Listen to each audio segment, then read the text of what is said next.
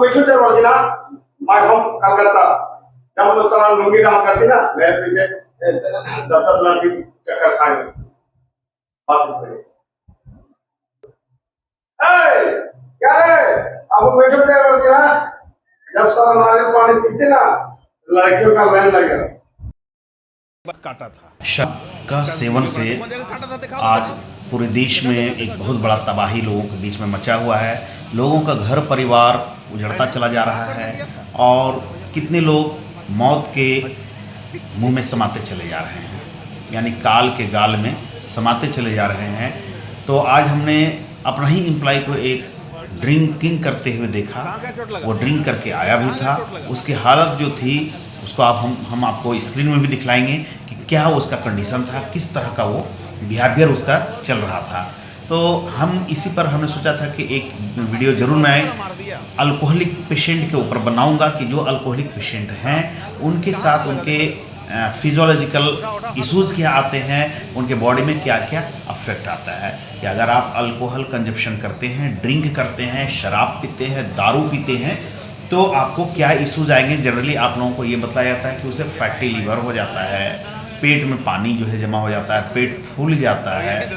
उसके अलावा क्या होता है कि अगर वो दारू पिए हुए है तो उसका जो है न्यूरोलॉजिकल प्रॉब्लम होता है, ब्रेन में जो है वो अनकंट्रोल बिहेवियर होने लगता है उसका, और वो अनाप शनाप इधर उधर की बातें करने लगता है। उसका लेवल जो है काफ़ी हाई हो जाता है, वो कहीं भी कुछ भी करने के लिए आमादा हो जाता है। तो आइए जानते हैं इस वीडियो में कि आखिर जो है अल्कोहलिक पेशेंट के साथ आखिर होता क्या है, उसका बॉडी जो है अफेक्ट किस तरह से होता है कि उसके बॉडी में अगर इथेनॉल जाता है, इथेनॉल यानी शराब जाता है, वाइन जाता है, तो बॉडी में क्या क्या वो अफेक्ट करता है। आइए हम लोग जानते हैं।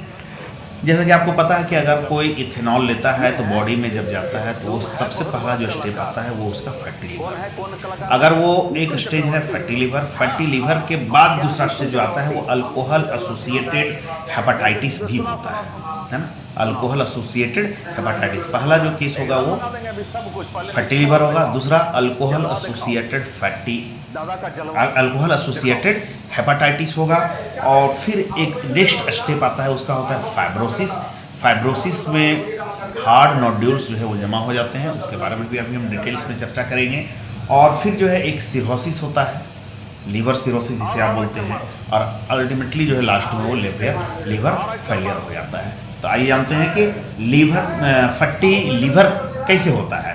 पहला कि अगर वो इथेनॉल बॉडी में गया तो वो सबसे पहले स्टोमक में जाएगा, स्टोमक से वो इंटेस्टाइन में आता है, इंटेस्टाइन में फिर उसका जो है वो एब्जॉर्प्शन होता है, उसका एब्जॉर्प्शन होकर वो ब्लड में चला जाता है, और ब्लड से वो सीधे जो है पूरे ब्लड से वो पूरे बॉडी में फैलता है, और for the purpose of metabolism वो सीधा जाता है लीवर में। अब लीवर में ही उसका जो है सारा खेल होता है, क्योंकि लीवर एक ऐसा साइट है जहाँ ड्रग्स का, फूड का, प्रोटीन्स का, फैट का, जितने भी इस तरह की चीज़ें हैं उसका मेटाबॉलिज्म वहाँ होता है, यानी कि उसका जो है ब्रेकडाउन वहाँ होगा। उसके बाद वहाँ से जो है एनर्जी रिलीज होते हैं, एटीपी रिलीज होते हैं, पूरे बॉडी के फंक्शन में वो काम आते हैं।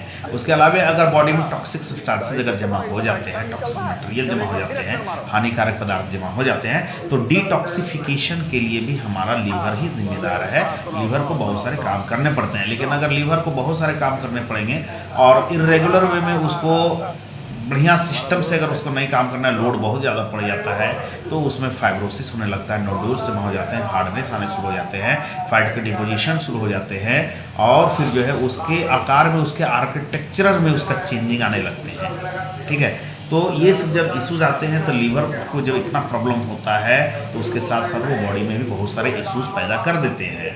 तो अब हम लोग इसके मेटाबॉलिज्म के बारे में ये समझेंगे कि अगर इथेनॉल बॉडी में गया, यानी कि स्टोमक में गया, वहाँ से वो स्मॉल इंटेस्टाइन में गया, वहाँ फिर ऑब्जॉर्प्शन हुआ, ब्लड में गया, ब्लड स्प्रेड कर गया पूरी बॉडी में, वहाँ से फिर वो लीवर में गया। अब लीवर में दो एंजाइम होते हैं, महत्वपूर्ण एंजाइम, जो इस अल्कोहल को चेंज करने में हेल्प करते हैं। एक जो है अल्कोहल डिहाइड्रोजिनेज एंजाइम है, और दूसरा एल्डिहाइड डिहाइड्रोजिनेज एंजाइम है। दो एंजाइम है, एक अल्कोहल डिहाइड्रोजिनेज एंजाइम और एक एल्डिहाइड डिहाइड्रोजिनेज एंजाइम। तो इथेनॉल जो है, इथेनॉल मतलब क्या, शराब, इथेनॉल ही है ना वो, इथाइल अल्कोहल जिसे बोलते हैं। है ना, उसको इथेनॉल बोलते हैं। इथेनल बोलेंगे तो एल्डिहाइड हो जाएगा, ठीक है। तो ये क्या करता है, इथेनॉल जो है वो कन्वर्ट हो जाता है एसिटल्डिहाइड में, ठीक है। और ये एसिटल्डिहाइड अल्कोहल डिहाइड्रोजिनेज एंजाइम के प्रेजेंस में ही चेंज होता है। ये अल्कोहल डिहाइड्रोजिनेज एंजाइम हेल्प करता है इथाइल अल्कोहल को एसिटल्डिहाइड में कन्वर्ट होने के लिए, जो आपको हम स्क्रीन में अभी आपको दिखलाएंगे, ठीक है। और फिर जो है एसिटल्डिहाइड जो है वो अल्कोहल डिहाइड्रोजिनेज एंजाइम के प्रेजेंस में एसीटेट में चेंज हो जाता है। तो ये एसिटल्डिहाइड जो है ही टॉक्सिक है, ये हानिकारक पदार्थ है, टॉक्सिक है, जहर है ये, ठीक है। तो ये क्या करता है, प्रोटीन्स को, लिपिड्स को, डीएनए को, ये सबको क्या करता है, ये डैमेज करना शुरू करता है, डैमेज करना शुरू करता है। तो इससे क्या होगा कि हमें फैटी लीवर होने लगता है। कैसे होता है कि फैटी लीवर इसके चलते कैसे लगता है कि फैटी एसिड का ऑक्सीडेशन जो है वो कम हो जाता है, ट्राइग्लिसराइड का लेवल बढ़ जाता है। क्योंकि ट्राइग्लिसराइड का बिल्डिंग ब्लॉक हमारा फैटी एसिड्स है, तो उसका लेवल, उसका जो है ऑक्सीडेशन कम हो जाएगा, तो बॉडी में उसका जो है वो क्वांटिटी उसका जो है कंसंट्रेशन उसका ज़्यादा हो जाएगा, और फिर जो है फैट का एक्यूमुलेशन लीवर में होने लगता है, लीवर के सेल में होने लगता है, हेपेटोसाइट्स में होने लगता है, ठीक है। और फिर ये क्या कहलाता है, फैटी लीवर कहलाता है। यही इसका पहला स्टेज है। अगर इस पहला स्टेज में कोई शराब जो है छोड़ देता है, अल्कोहल का कंजप्शन छोड़ देता है, तो काफ़ी हद तक उसके बॉडी में सुधार किया जाता है। लेकिन अगर हैवी ड्रिंकिंग कंटिन्यू रहा, तो हैवी ड्रिंकिंग अगर कंटिन्यू रहा, तो हमने क्या बोला था कि फैटी लीवर के बाद एक और चीज़ होता है जो बोलते हैं उसे हम अल्कोहल एसोसिएटेड हेपेटाइटिस, ठीक है, हेपेटाइटिस। अब उसका देखिए कि हेपेटाइटिस में अब कैसे उसका हेपेटाइटिस होगा। सो आपको पता है कि एसिटल्डिहाइड वहाँ बन जाता है। अगर वो कंटिन्यू अगर शराब पी रहा है, दारू पी रहा है, तो एसिटल्डिहाइड वहाँ बन रहा है, टॉक्सिक मटेरियल बन रहा है। और फिर जो है oxidative structure, inflammatory pathway, inflammation वगैरह भी तो होता है ना, तो वो सब जो है क्या करता है, लीवर सेल को डैमेज करता है, हेपेटोसाइट्स को क्या करता है, डैमेज करता है। तो अगर लीवर में क्या है कि इन्फ्लामेटरी सेल्स और इम्यून सेल्स, ये दोनों जो है वो क्या होते हैं, एक्टिवेट हो जाते हैं। इसके चलते अगर वो डैमेज होने लगता है, तो लीवर भी अपने बचाव के लिए क्या करता है कि वो इन्फ्लामेटरी सेल जो है वो अपने आप को स्वेल करेगा, है ना, वो किसी चीज़ को एरेडिकेशन करने में मदद चाहेगा, और इम्यून सिस्टम इसका जो है वो क्या होता है कि एक्टिवेट हो जाता है, और हेपेटोसाइट्स जो है वो इंजरी उसका होने लगता है, उसका हेपेटोसाइट्स इंजर्ड होने लगता है। क्योंकि इन्फ्लामेशन हो रहा है, इम्यून सिस्टम उसका आ रहा है, इंक्रीज एक्टिवेट हो गया है, तो वो फिर जो है अपने सेल को डैमेज भी करने लगता है। तो ये हेपेटोसाइट्स का इंजरी जब हो गया और इन्फ्लामेशन जब होता है, तो अल्कोहल एसोसिएटेड हेपेटाइटिस उस केस में होता है। हेपेटाइटिस मतलब क्या है, हेपेटिक सेल का जो है इन्फ्लामेशन होना। तो इन्फ्लामेशन इसका इंजरी जब हो जाएगा, इन्फ्लामेशन आएगा, तो वो अल्कोहल एसोसिएटेड हेपेटाइटिस हो जाएगा। साइन एंड सिम्टम्स का ये है कि उसका लक्षण क्या होगा, उसका जो है वीक होगा, वीक होगा, कमज़ोर होगा पेशेंट, वॉमिटिंग उसको महसूस होगा, नौसिया, चक्कर, वॉमिटिंग आएगा उसे, और एब्डोमिनल डिस्कम्फर्ट होगा, यानी कि एब्डोमिनल पेन होगा, और फिर जो है वो जॉन्डिस होगा। जॉन्डिस जो है ये होता है कि एक जो हमारा बिलीरुबिन का लेवल जो है बॉडी में बढ़ जाता है, आरबीसी जब वो ब्रेक डाउन करता है उसको टूटने लगता है, तो बिलीरुबिन ऑटोमेटिक जो है वो बढ़ता है। यही वो इसका सिम्टम्स है, हेपेटाइटिस का सिम्टम्स है हमारा जॉन्डिस, ठीक है ना। उसमें क्या होता है कि आँख का जो वाइट वाला पोर्शन है वो येलो कलर में टर्न करने लगता है, स्किन जो है अपर स्किन जो है वो येलो कलर में चेंजिंग आने लगता है।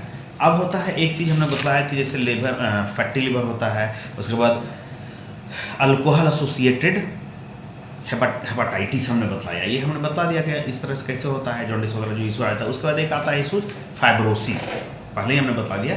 फाइब्रोसिस के बाद है लीवर सिरोसिस होगा, और फिर लीवर फेल्योर होगा, फिर डेथ हो जाएगा। तो हम फाइब्रोसिस के बारे में भी आपको बतलाएंगे कि एक इम्पॉर्टेंट सेल होता है लीवर के अंदर में, और उसका नाम है हेपाटिक स्टिलेट सेल। ये हेपाटिक स्टिलेट सेल जो है रिपीटेड अल्कोहल इंजरी जब उसका होगा, क्योंकि हेपेटोसाइट्स में जो है उसका इंजरी बढ़ता चला जाएगा और इन्फ्लामेशन होगा, तो हेपाटिक स्टिलेट सेल जो है वो क्या करता है, एक्टिवेट कर जाता है और ये प्रोडक्शन करने लगता है फाइब्रोटिक कंपोनेंट्स को।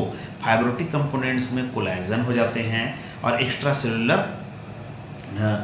सेलुलर मैट्रिक्स जो है इसका ये प्रोडक्शन बढ़ा देता है, जिससे क्या होता है, लीवर टिश्यू में डिपोजिशन होने लगता है स्कार टिश्यू का हार्ड टिश्यू जो है वहाँ जमा होने लगते हैं। ठीक है, स्कार मतलब हार्ड वाला टिश्यू जो है, नोड्यूल्स जो है वहाँ जमा होने लगते हैं, जिसके चलते क्या होता है, फाइब्रोसिस होता है।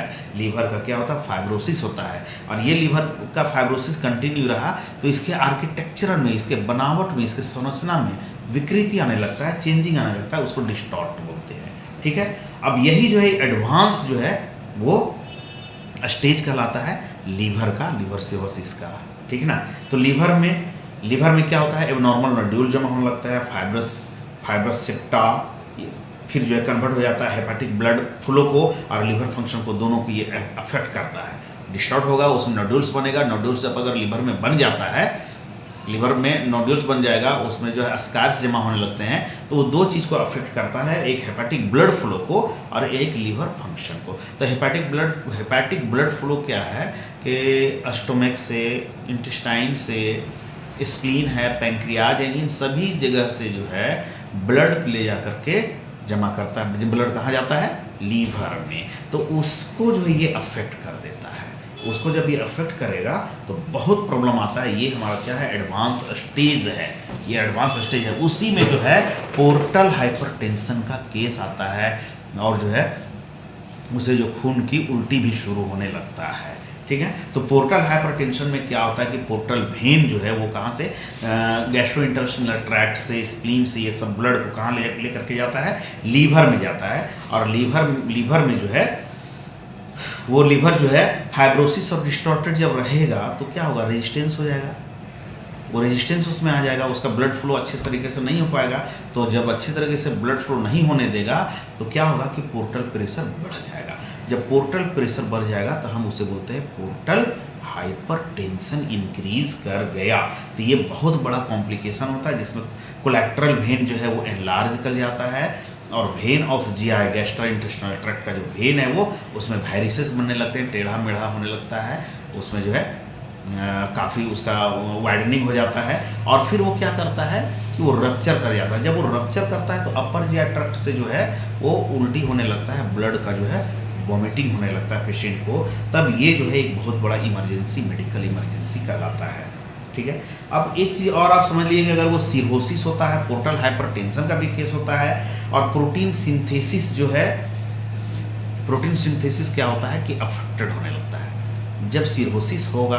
और सिरोसिस के बाद पोर्टल हाइपरटेंशन का केस होगा। पोर्टल हाइपरटेंशन का केस कब होगा, जब उसमें स्कार्स जमा होने लगते हैं, नोड्यूल्स जमा होने लगते हैं, फाइब्रोसिस हो जाता है लीवर, तो उसमें जो है क्या हो जाता है, पोर्टल हाइपरटेंशन का केस आ जाता है। फिर अगर वो वायरसेस उसमें बनने लगते हैं, वायरसेस अगर आ जाते हैं, टेढ़ा मेढ़ा आ जाता है, उसका वाइडनिंग हो जाता है उस वेन का, तो वो रप्चर भी कर जाता है और अपर जीआई ट्रैक्ट से ऊपर से जो है मुंह से जो है वो ब्लड का वॉमिटिंग होने लगता है। तो ये सब जब प्रॉब्लम होने लगता है तो एक चीज़ उसमें क्या होता है कि पोर्टल हाइपरटेंशन अगर हुआ तो क्या होगा कि प्रोटीन सिंथेसिस अफेक्ट करता है।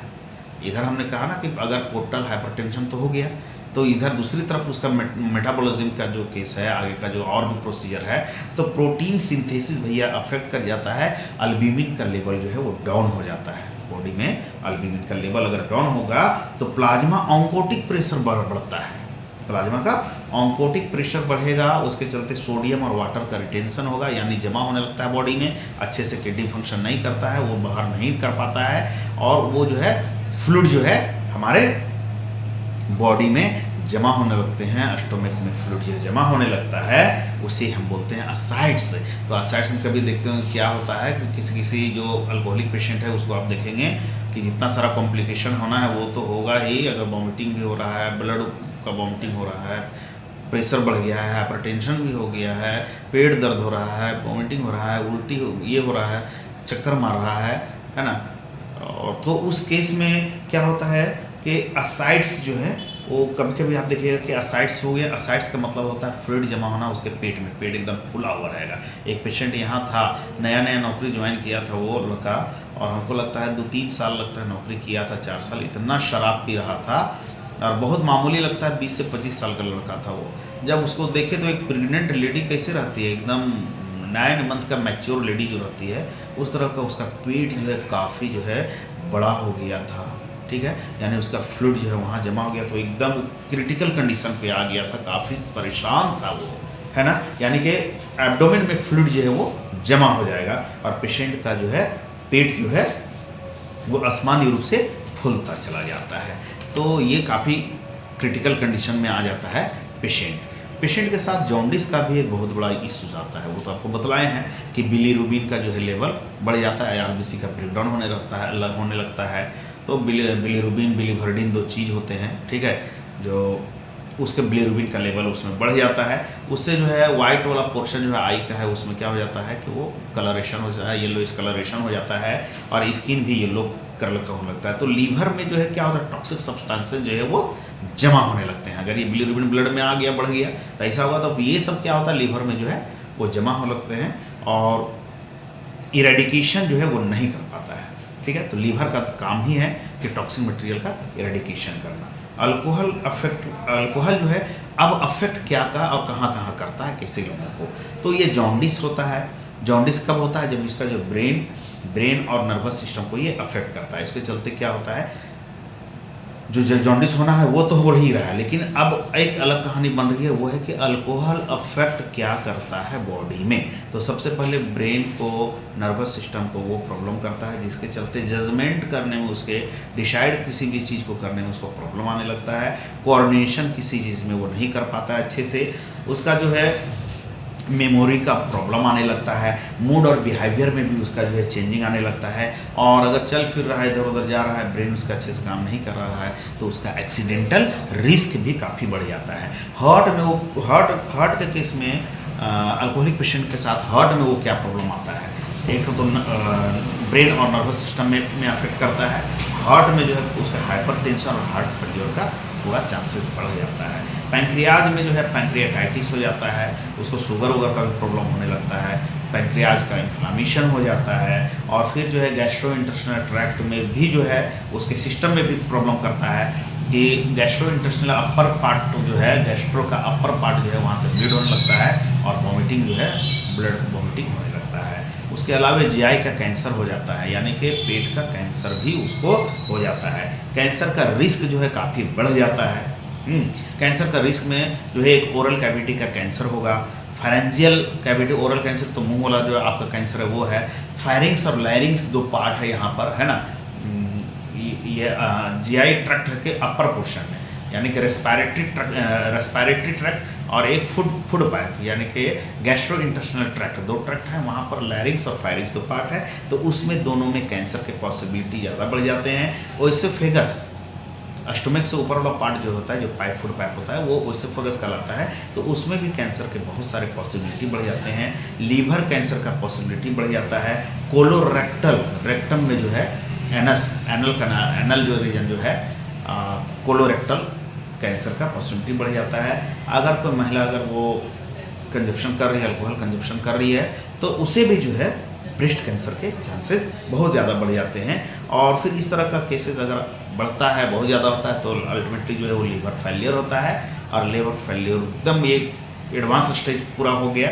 लीवर फेलियर के बाद पेशेंट का क्या हो जाता है, डेथ हो जाता है। तो बस आपको हमने ये समझा दिया, एक समराइज करके हम आपको बतला दे रहे हैं कि अगर कोई अल्कोहल लेता है तो उसे फैटी लीवर होना पहला स्टेज आता है। अगर ये फैटी लीवर हुआ तो खान पान से, उसके सुधार से और कंजप्शन अगर आप कर रहे हैं अल्कोहल का, तो उसको जो है छोड़ करके आप फैटी लीवर से आप मुक्ति पा सकते हैं। लेकिन फैटी लीवर जो है अगर और आगे बढ़ता गया, फैटी लीवर कंटिन्यू करता गया, यानी कि फैटी लीवर में क्या हो जाता है, फैट का डिपोजिशन हो जाता है लीवर में, हेपाटोसाइट्स में, ठीक है, तो उसका जो फंक्शन प्रॉब्लम आने लगता है, तो वो क्या कहलाता है फैटी लीवर। फैटी लीवर जो है वो अल्कोहल एसोसिएटेड हेपाटाइटिस हो जाता है। फैटी लीवर के बाद का जो स्टेज आएगा, पहला तो फैटी लीवर होगा, फैटी लीवर के बाद जो है अल्कोहल एसोसिएटेड हेपाटाइटिस होगा। उसके बाद का जो स्टेज होगा, अगर इस पर भी अगर आप नहीं रुक पाए, आपका ट्रीटमेंट नहीं हो पाया, तो फाइब्रोसिस होगा। हेपेटाइटिस में क्या होता है, इन्फ्लामेशन होने लगता है, इन्फ्लामेशन होगा हेपेटोसाइट्स का, उसमें प्रॉब्लम आने लगता है, तो हाइपरटोनिक प्रेशर बढ़ने लगता है ना, तो असाइड्स होने लगता है, उसका जो है पोर्टल वेन में वाइडनिंग आने लगता है, टेढ़ा मेढ़ापन हो जाता है, फिर वहाँ जो है वो रप्चर भी कर सकता है, ब्लीड होने लगता है, ये हो जाता है। फाइब्रोसिस में वही चीज़ हो गया कि वहाँ नोडुल्स जमा होने लगते हैं, हार्डनेस जमा होने लगते हैं, हार्ड मटेरियल जमा हो जाता है, नोडुल्स जमा हो जाता है, टॉक्सिक सब्सटेंसेस वहाँ जमा होने लगते हैं, तो फाइब्रोसिस हो गया, है ना। अब लीवर सिरोसिस जब होने लगता है, लीवर में उसका जो है प्रॉब्लम आने लगता है, उसका हेपेटोसाइट्स वगैरह सारा डैमेज होने लगता है, उसमें जो एक इम्पॉर्टेंट सेल होता है जो हेपाटिक स्टिलेट होता है, वो रिपीटेड अल्कोहल इंजरी जब होने लगता है, उसमें इन्फ्लामेशन आने लगता है, तो क्या होता है कि अस्कार टिश्यू का वहाँ जमा होने लगता है, ये फाइब्रोसिस होने लगता है। फाइब्रोसिस में क्या होता है कि उसके बनावट में, आर्किटेक्चर में चेंजिंग आने लगता है। तो फाइब्रोसिस के बाद फिर का केस होता है वो सिरोसिस होता है, और फिर लीवर जो है फेलियर का आ जाता है। ठीक है, तो इतने सारे स्टेजेज हैं जिसमें फैटी लीवर है, उसके बाद अल्कोहल एसोसिएटेड हेपेटाइटिस है, फिर फाइब्रोसिस का केस आता है, फिर लीवर सिरोसिस का केस आता है, फिर लीवर जो है वो फेलियर हो जाता है, लास्ट में डेथ हो जाता है। तो इतना सारा प्रॉब्लम उसके साथ होता है। तो आज देश इतने अफेक्ट हो गया है, देश के लोग का लगता है ज़्यादातर पॉपुलेशन जो है वो अल्कोहल कंजप्शन के शिकार हैं, और इसके चलते घर बार तबाह है, घर परिवार सारा तबाह है। लोग, छोटे छोटे बच्चे जो हैं, हमने एक वीडियो देखा था किसी ये में फेसबुक में, कि एक छोटी सी मासूम सी बच्ची है जो उसके पिता जो हैं इस अल्कोहल ड्रिंकिंग की वजह से, अल्कोहल कंजप्शन की वजह से वो दुनिया से चले गए। उनका फ़ोटो जो है वो टंगा हुआ था, और बच्ची उससे सवाल कर रही है कि तुम इतना दारू क्यों पीते थे, तुम तो चले गए, तुम मर गए, सारे लोगों के पापा हैं, हमारे पापा नहीं हैं, तुम क्यों ऐसा काम किया, तुम दारू क्यों पिया। तो सारे लोगों से हम रिक्वेस्ट करना चाहेंगे कि शराब का सेवन नहीं करना है, उसका कंजप्शन नहीं करना है, ये बड़ा ख़तरनाक है। अगर आप शराब का सेवन कर रहे हैं तो आपको देखा देखी जो आपके बच्चे करेंगे, फिर उसके बच्चे करेंगे, उसके बच्चे करेंगे, तो ये सीढ़ी नुमा जो है सिलसिला चलता रहेगा। फिर ये चेन कहीं ब्रेक नहीं हो पा रहा है, इस चेन का ब्रेकडाउन करना है। अगर इस चेन का ब्रेकडाउन करना है तो किसी एक जनरेशन को तो सेक्रीफाइस करना पड़ेगा। अगर आप इसके शिकार हो गए हैं तो एक अच्छे डॉक्टर से कंसल्ट करके जो दवा के माध्यम से, काउंसलिंग के माध्यम से आपके शराब के सेवन को से छुड़वा सकते हैं, उसका काउंसलिंग करके आपको बतलाएंगे, तो आप जो है शराब छोड़ेंगे, तो एक बहुत बड़ी पीढ़ी का जो है आप वरदान साबित होंगे। तो आई होप कि आपको वीडियो समझ में आया होगा। तो हमारे वीडियो को आप लाइक करिए और हमारे चैनल को सब्सक्राइब करिए। Thank you.